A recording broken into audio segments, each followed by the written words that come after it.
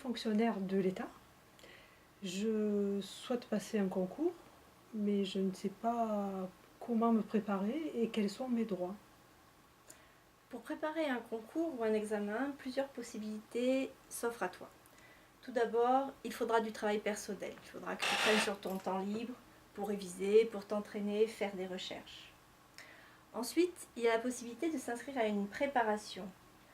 Souvent, ce sont les administrations qui organisent les concours ou les examens qui proposent une formation, une préparation spécifique à ces concours.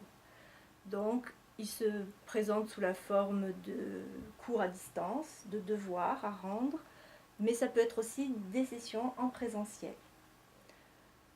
Une participation financière peut être à ta charge pour ces préparations. Ensuite, à côté de ces préparations, de nombreuses formations peuvent être utiles. Auprès de ta structure, en local, tu auras sans doute une offre dans des domaines techniques, réglementaires, relatifs à tes métiers, ou sur des épreuves comme la RAEP, la reconnaissance des acquis de l'expérience professionnelle. Sur le téléservice Saphir, tu trouveras des formations plus généralistes qui viendront aider le candidat au concours en portant sur la méthodologie de certaines épreuves.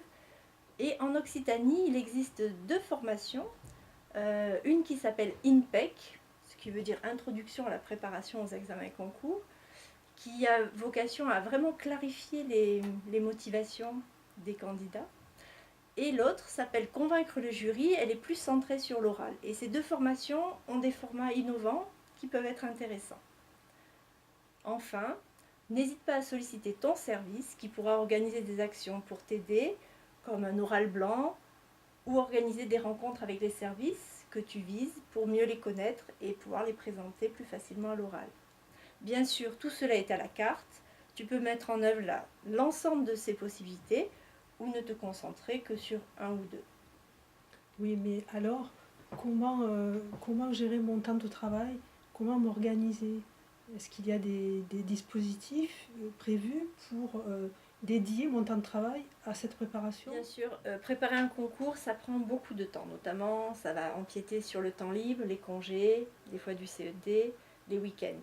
Mais quand même, la réglementation a prévu deux dispositifs qui permettent de dégager sur le temps de travail quelques jours pour pouvoir se consacrer à la préparation. Le premier de ces dispositifs, c'est la décharge. La décharge, c'est quoi la décharge?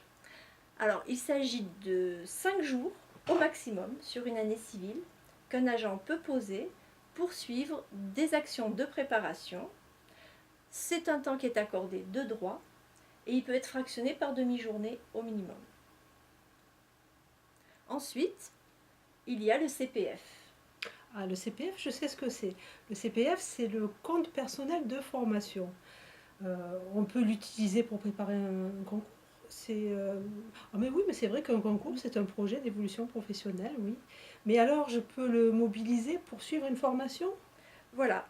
Pour des actions de formation liées à la préparation aux examens ou au concours, il est possible de recourir en complément des décharges au CPF. Ainsi, avec tout le crédit que tu as acquis, tu pourras prendre autant de jours que nécessaire pour finir la formation ou finir une préparation, quelle qu'elle soit. En revanche, attention, si tu souhaites avoir du temps de travail personnel à ton domicile, indépendamment de toute action, il est également possible de prendre jusqu'à 5 jours sur ton crédit CPF, 5 jours sur une année civile.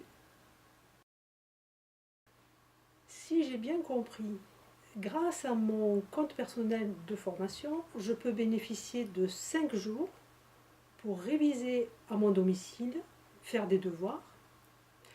J'aurai aussi la possibilité de suivre des actions de préparation comme des formations, des oraux blancs, des galops d'essai, en utilisant jusqu'à 5 jours de décharge et, si ce n'est pas assez, puiser sur mon compte personnel formation.